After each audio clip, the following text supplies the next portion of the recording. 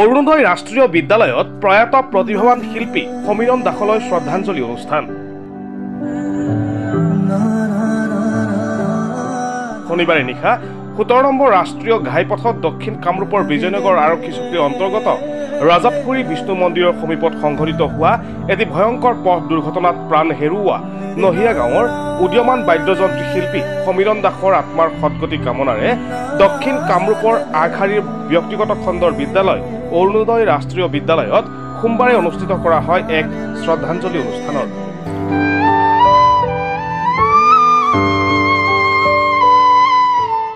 উল্লেখ্য যে প্ৰয়াত সমীৰণ দাস আছিল উক্ত বিদ্যালয়ৰে প্ৰাক্তন ছাত্ৰ।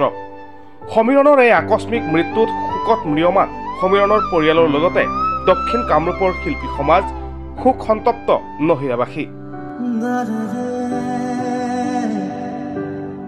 ঠিক একেদৰে শোকত ভাগি পৰিছে সমীৰণৰ আপোন পঢ়াশালীখন। অধ্যক্ষা গীতা দাসৰ উদ্যোগত আজি বিদ্যালয়ৰ প্ৰতিগৰাকী শিক্ষক শিক্ষয়িত্ৰী তথা ছাত্ৰ ছাত্ৰীৰ উপস্থিতিত বিদ্যালয়খনত অনুষ্ঠিত কৰা হ'ল এক শ্ৰদ্ধাঞ্জলি অনুষ্ঠানৰ। চকুত চকুলোৰে প্ৰত্যেকেই নেদেখাজনৰ ওচৰত মৌন প্ৰাৰ্থনা জনালে মৃতকৰ আত্মাৰ চিৰশান্তিৰ বাবে।